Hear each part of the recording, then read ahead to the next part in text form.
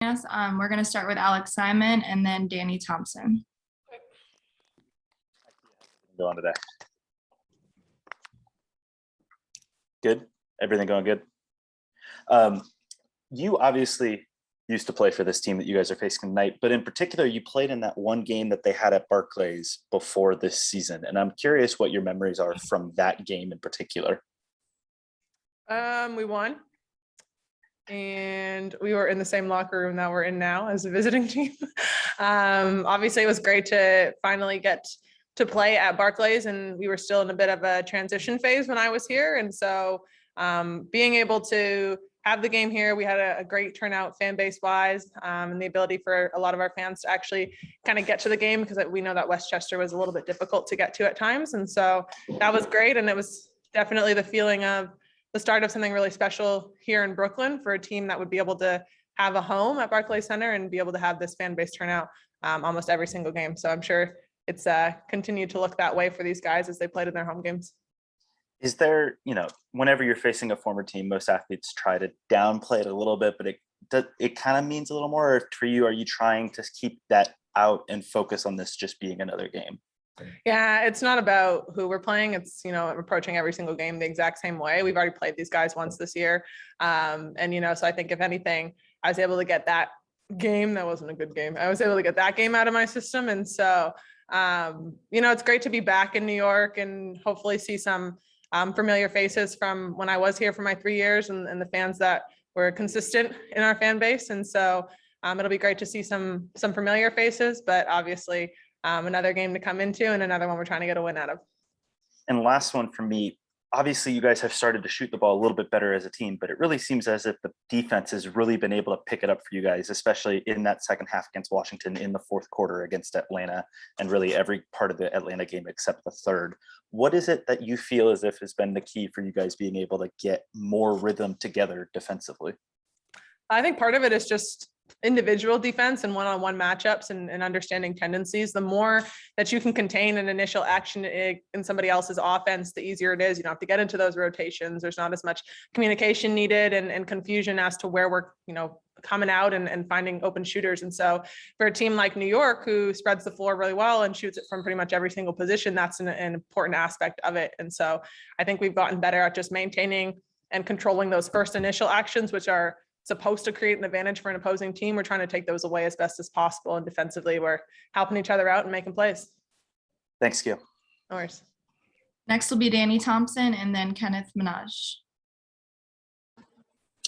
Yeah, Danny Thompson with the three-point conversion. Great to see you as always. You talked about defense. The last 6 games, even going from the break, it seemed like the team defense has come together in a way that everybody talked about in preseason. Was it something that the team had said to each other to spark this defensive resurgence, or is it just being more comfortable together? Probably more, comfort and continuing to understand each other's tendencies. And, a lot of times as players, we talk about understanding tendencies on the offensive end, but there's a lot of defensive tendencies that you have to understand as well. And just, which player is going to, try and take this away, who tries to force people to the middle more often, who do you have to help on and who do you not have to help on. And so I think we're understanding a little bit more tendencies defensively as well. And just when we came back from the break, there was an understanding of this is all the games that we have left. If we want to make a big run here or a push, obviously we knew that we could. We have our belief in ourselves to do that. Part of it's going to have to be on that defensive end. Usually with the talent that we have on the offensive end, we don't really have problems trying to get open shots or get good shots. I mean, you're trying to either take away BG, Sky, or D, and that's pretty hard for any team on any given night. And so defensively, if we can lock down and make sure that we get consecutive stops, we give ourselves a chance to win absolutely any game. And I think that's where it kind of has come through. And it seems like the team is causing more turnovers in the defensive end. Because you have Breezy and BG back there, for you as a defensive player, does it allow you to take more chances when you have to guard somebody, knowing that you have an elite shot blocker and somebody like Breezy who can kind of cover everywhere else on the floor? Absolutely. As a defender, especially at the guard position, and understanding the strengths and weaknesses of the person that I'm trying to defend, if I think they have a quick first step, being able to play off a little bit or being able to play up in them and get them off balance, knowing I have Breezy behind me, knowing I have BG behind me makes it all the difference, because there's a level of trust there. And just knowing that they'll rotate, they'll alter shots, even if they're not there to block the shot, just knowing that BG is in that paint, it alters how you try to finish. And so anytime you can have anchors in defense the way that we do, and really consistent anchors in our defense, it makes it a lot easier as a guard to be able to think, okay, I can take a risk here, try and get a steal, or I can try and get up on somebody and force them to be a little bit more uncomfortable. And lastly, for me, it seems like the team has a little bit more of a swagger to them because of you guys' ability to win the last couple of games. Do you feel that momentum carrying over? And do you feel like this is a start of a potential deep run as we get into the playoffs? Yeah, I think we always had a belief in us as a team. In order for us to make a deep run, then we just had to continue to keep playing and work out some of the kinks here and there. But I think there is a swagger to us now. I think anytime you win, that's going to continue to carry on. The momentum's going to carry over. You feel good about a lot of things that we're doing. Obviously, we're not perfect, but there's things that we do really well every single game, and we're carrying it over, and it's making us tough to defend. And so I think that's definitely helping us move forward. And why not make a deep run? I think we have the talent and the ability to do it. We'll finish up with Kenneth Minaj. Thank you, Kia. I just want to ask a couple of quick questions. Regarding to the aggression that you've been playing with recently, Liberty come into this game ranked in the top teams that commit the most turnovers.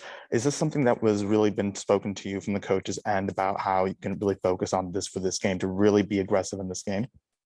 I mean, I think just in terms of the way that the Liberty try to score offensively, the more that you can try to junk up what they're trying to do, play physical with them and stay as connected as possible, that makes a difference against this team because they move the ball really well. They all can shoot the three from every position, and they want to be able to spread you out. And so the more that you have the opportunity to play physical and play uptight, the more uncomfortable they get, the more turnovers they create, right? And so that's kind of more where we focused on defense and making sure we knew their sets and what was coming and individual one-on-one tendencies. We're trying to turn everybody over every single game. So if they want to play into that, then we'll just take that and run with it. You spoke about playing up into their system.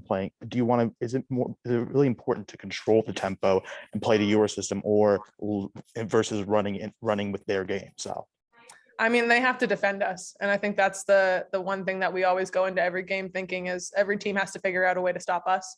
The same way that we have to figure out ways to slow them down. And so I think we're more focused on what we have to do, knowing offensively, if we can get good shots and we knock some shots in, that slows down their transition game. And, vice versa, if we're able to kind of contain them on defense and hold them to one shot, that slows down their ability to stop us in transition. And so just playing to the strengths and weaknesses, but more focused on ourselves. And lastly, I just wanted to ask about the idea of having 2 back-to-back games there, even though they're not on back-to-back nights.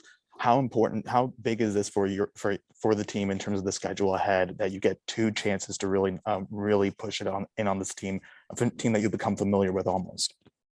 I mean, I think it's great. Just in the way that the schedule has worked, we've been on the road for quite some time now. And so it'll be great to finally get this game going and then get the next one, hopefully get back home at some point. But just understanding that this is the next game in front of us. We take every game in the stride. And so tonight's the most important one. We'll go out there and get a win and then worry about whatever comes after that. Thank you. Nice. All right, thanks, Cynthia.